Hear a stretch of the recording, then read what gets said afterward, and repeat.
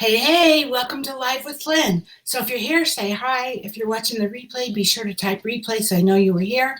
I'm Lynn Huber, and I appreciate you being here today. So today I'm going to talk about the unknown.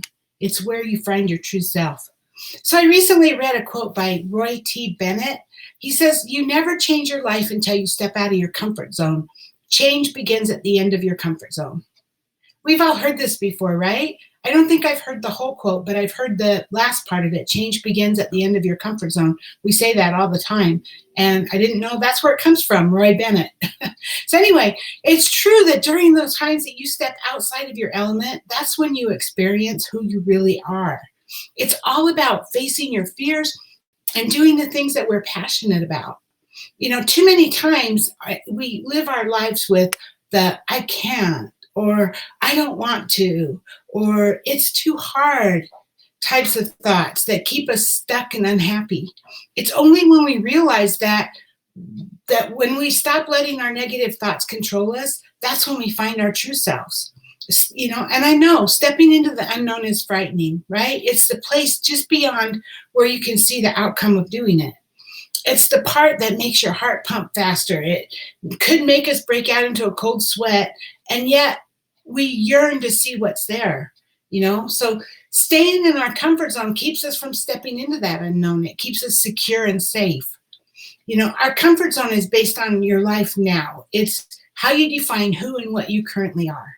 You know, whatever that is. And it could be good and it could be bad. You could be in a horrible situation, but it's still in your comfort zone. You know, that doesn't make a lot of sense, but, you know, I mentioned this yesterday. We can become accustomed to pretty much anything. I mean, even people who, hi, Anitra, good to see you. So even people who are arrested and put in jail, sure, they're scared, probably terrified. I know I would be at first, but it doesn't take them long to become accustomed to it. You know, once you're in there and you find out you didn't die, you know, whatever, you start to get in a routine and you start to get accustomed to it. I mean, even homeless people, you know, over time, they become accustomed to their lifestyle. And so, sure, it might be horrible, but you've gotten used to it. And so that's become their comfort zone. So luckily, most of us aren't in those kinds of dire consequences, but we do have our own comfort zone, every one of us. And so what would happen if you stretched outside that zone? You know, would bad things happen? Or would you suddenly be excited about life? I bet that you'd be suddenly excited about life. I think that's where you'd be. So how do you know if you should step into the unknown? Well, start by writing down 10 things that don't scare you and that you do often. So just write down 10 things that you're not afraid of, that you do all the time. This could be things like traveling by bus or giving a public speech or whatever it is that doesn't scare you. It could be different for each person because we all have different comfort zones. So describe how it feels to live within your comfort zone and be as detailed as possible using feeling words. Like, how does it make you feel to be in your body, in your mind, in your life, doing those things that you're comfortable with? So Anitra is asking, are you trying to say independence? Well, independence could be, you know, that's true. That's getting out of your comfort zone too, being more independent. In your situation, for those that don't know Anitra, she's blind. So for you, I mean, you know, independence, you can only go so far, but yeah, there's ways for you to be independent, right? Maybe the bus or something. I don't know. I don't know what works for you, but so you know, think about how it feels to live in your comfort zone. Be as detailed as possible with your words. Just think about it. You know, how does that feel? How does it feel to be comfortable, right? Then ask yourself these questions. So are there things you want to achieve but you haven't yet? Are you satisfied with your daily life? Do you want to achieve big things? Do your goals and passions keep appearing and tugging at you? You know, do they keep pulling at you because you want these things, but you haven't taken action yet for it? Are there material things or even immaterial things that you want that you don't have yet? Are you struggling to find meaning in your life? Are you feeling jealous of other people who have achieved or done things that you secretly want? These questions are going to help you because once you've answered these questions, think about what's keeping you from going after what you want. Think about what's keeping you from having those things that you said yes to in those questions. What makes you uncomfortable? Is it the fear? Are you reluctant to take chances or make changes?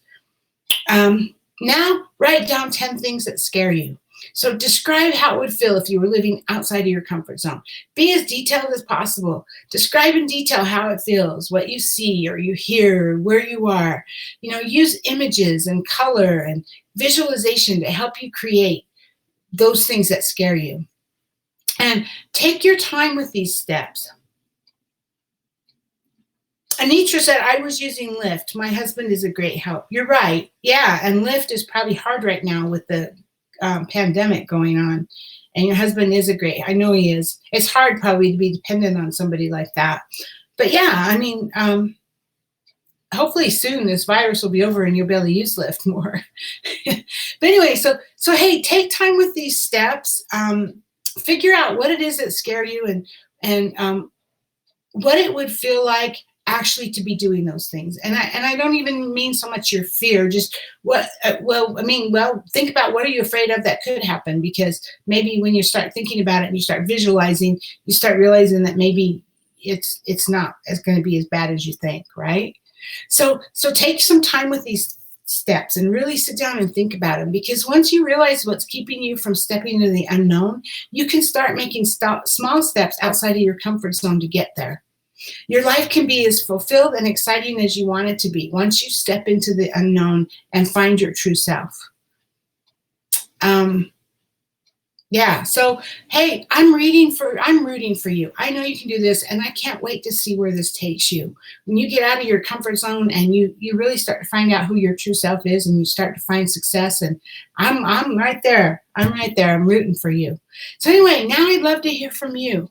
Do you have things that are holding you back? What kinds of things help you get out of your comfort zone? So please share in the comments below. I would love to hear your stories. Thanks, Anitra, for being on live with me today, and anybody else who might be live and just hasn't commented, and anyone who's watching the replay. I appreciate all of you. Anyway, hope you have a good day, and I will see you tomorrow. Bye-bye.